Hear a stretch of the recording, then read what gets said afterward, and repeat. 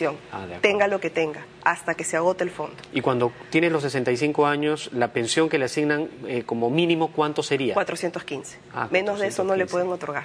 La AFP mucho tuvo reticencia en ese sentido porque hay personas que no llegan a cubrir esa cantidad. Y que es un gran número, ¿no? Pero el gobierno dispuso una mínima de poder dar porque en realidad muchas personas sentían un descontento al recibir una pensión pues de 200, 250 soles y a veces habían aportado muchos años. Correcto. Pero era poco el aporte que habían realizado. Ahora, ¿qué posibilidad hay de que una persona que vea que eso no le conviene decida pasarse al Sistema Nacional de Pensiones? ¿Eso es posible? Lo que pasa es que si bien se creó una libre desafiliación del sistema privado para que podamos retornar al sistema nacional, hay causales, no en todos los casos.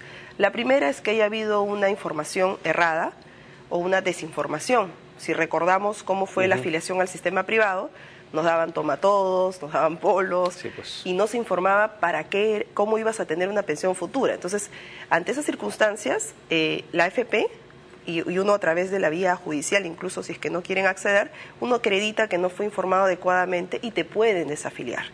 Otra causal es que había un vicio de nulidad al momento de firmar el contrato. De pronto no te dieron la información correcta o si firmaste un contrato no era lo que tú habías querido hacer. Y lo otro es que tengas el tope de los años que puedas retornar al sistema nacional y puedas acceder a una pensión. Si no, no tendría sentido retornar. ¿Y cuál es ese tope? Es decir, si hasta el 31 de diciembre del 95, si tú tienes 20 años de aportación en el sistema nacional antes de haber aportado a la AFP, puedes retornar. Pero siempre que tengas esos años de aportación. 20 años de aportación hasta... 31 de diciembre del año 95 tenías una edad 95. que te permite más o menos esa cantidad, ¿no?, de años. Pero, como repito, son causales expresas. No es que cualquiera puede desafiliarse. La mayoría en estos casos lo que hace es un poco decir la AFP no me informó adecuadamente, acreditarlo y pedir la desafiliación. Pero solo conviene para personas que aportaron antes a la ONP y por una información errada se pasaron a la AFP. Claro, o en todo caso...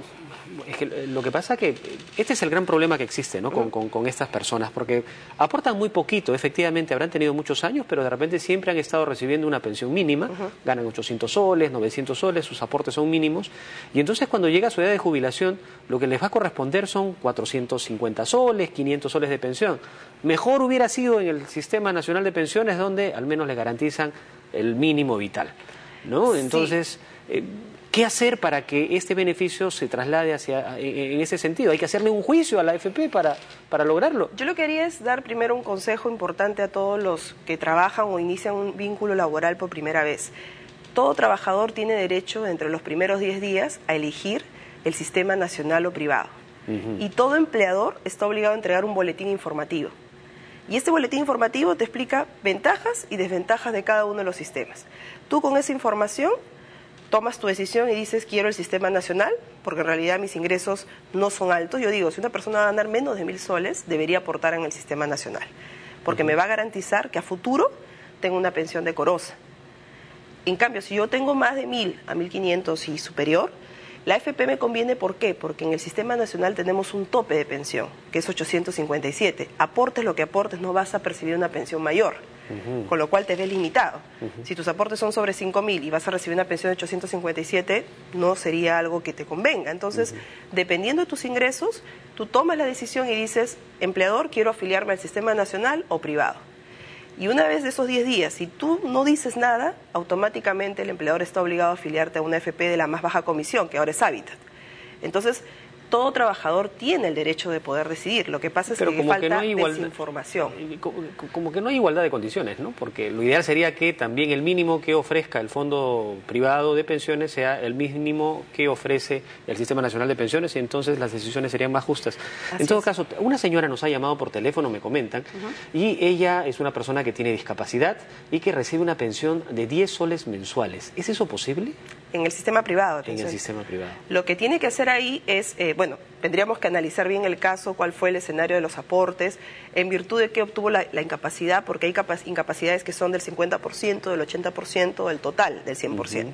En cualquiera de esos escenarios, si la pensión que le va a tocar es irrisoria, porque 10 soles es irrisorio, ella tiene que accionar judicialmente, mediante una acción de amparo. ¿Y para qué? Porque por medio está el acceso a la seguridad social, para pedir el monto mínimo de pensión. que debe otorgar la AFP. Una persona que ha estado aportando a la AFP, porque tengo entendido que también te descuenta un alto monto también, es por el tema de los seguros, por discapacidad, por invalidez y cosas por el estilo. Una persona que está trabajando, normal, sufre un accidente, tiene 40 años, por darte una idea, ¿no? Estoy suponiendo, no es un caso en particular, y termina con una discapacidad. Entonces ya no puede seguir trabajando. Estos seguros que nos descuentan en las AFPs, ¿involucra cubrirle una pensión? ¿Y de qué naturaleza? Porque si es 10 soles, como nos dice la señora, tremendo, ¿no? No, claro, lo que pasa es que depende cuántos años ella ha venido aportando, porque se calcula en base a los años de aporte, el grado de discapacidad que tenga, y se les da un porcentaje dependiendo del grado de discapacidad. ¿Y ahí sí no hay un mínimo? El mínimo es 415 para todas las pensiones. Lo que pasa es que esto fue un dispositivo que salió de manera aleatoria en uno de los meses del año a partir de los constantes reclamos que llegaban al Poder Judicial. Mediante las acciones de amparo, todas las AFPs eran demandadas porque decían yo tengo una pensión de 50 soles, 200 soles, 150 y yo he venido aportando años de años, pero sobre una remuneración menor a la mínima, por ejemplo. Entonces, ante ello, ¿qué hizo el gobierno? Sacó una norma obligando que se respetara una remuneración mínima, que lo cubre la AFP, ¿no? Podemos concluir de esta conversación en realidad que no está del todo claro, ¿no? No hay mucha información de fácil entendimiento y que ayude a tomar una decisión cuando un trabajador desea, ¿no?, optar por una u otra AFP o por el sistema privado o el sistema público. Por ejemplo, en este caso de este régimen especial de jubilación anticipada para situaciones de desempleo, te comento que ya vamos a llegar al 31 de diciembre de 2013 y muy poca gente lo ha hecho, porque no hay una adecuada información. La AFP no difunde este tipo de sistema de jubilación, porque la AFP tiene más de un tipo de jubilación anticipada y algunos un poco confusa. En cambio, en la ONP solo tenemos un tipo de jubilación anticipada que es años y aportación, y no hay más. Después la ordinaria es 65 años y 20 años de aportación, pero en el sistema privado tenemos varios tipos de jubilación anticipada, lo que hace que como afiliado no entendamos a cuál de ellas yo puedo acceder, ¿no? Entonces ese es un poco el problema. Hay otro caso, ¿no? Por ejemplo, en las familias donde solamente trabaja una persona, generalmente el hombre, digamos, está trabajando, él viene aportando por varios años, no llega todavía a la edad de jubilación y sufre un accidente de repente, ¿no? Y pierde la vida. ¿Quiénes tendrían acceso o derecho a su jubilación?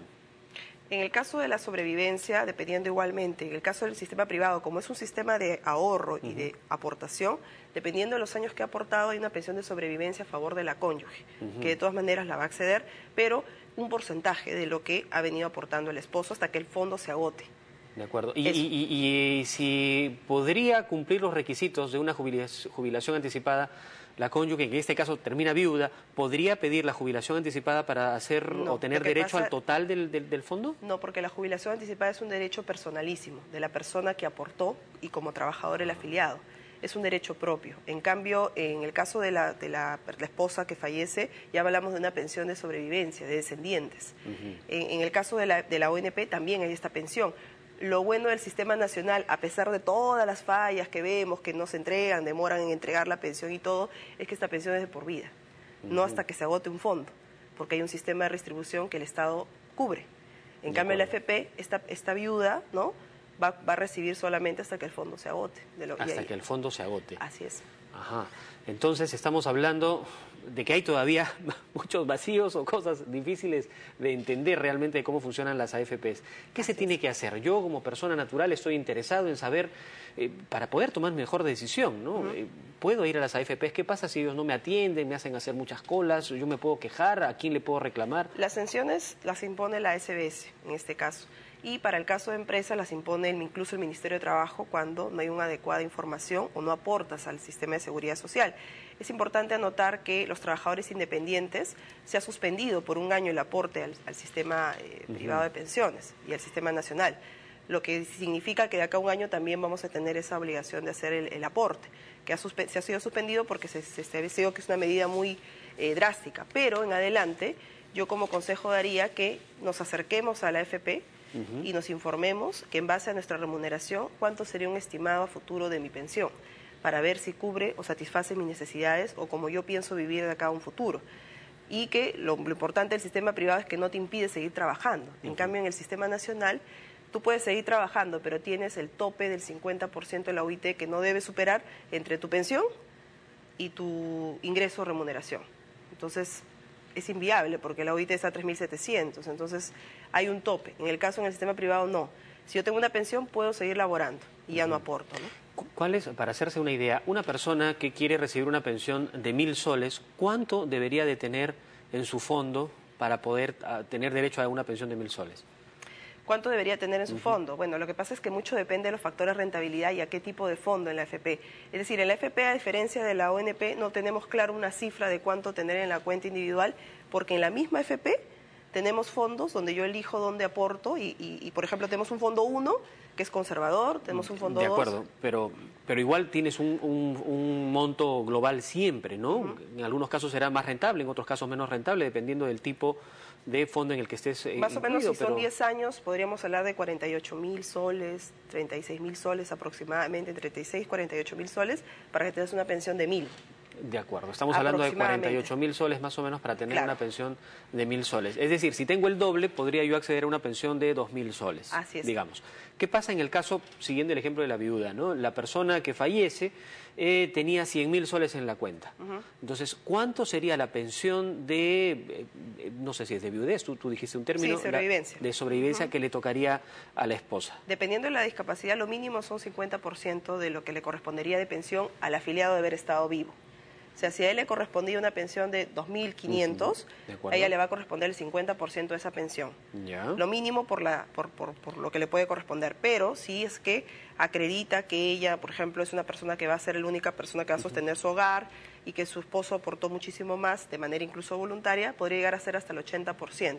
Ahí hay unos criterios que evalúa la AFP de manera interna, ¿no? Bien, perfecto. Te agradezco muchísimo, Sara, por habernos acompañado esta mañana. Han quedado todavía muchas dudas, estoy seguro, en nuestros televidentes. Vamos a tratar de seguir informando. Y eso sí, pues si ustedes tienen dudas, vayan a su AFP y siéntense, tómense todo el tiempo necesario y hagan todas las preguntas del caso porque están obligados a darle todas las respuestas que usted requiera en cualquiera de las AFPs a las que ustedes pertenezcan. Muchas gracias, Sara, por estar aquí.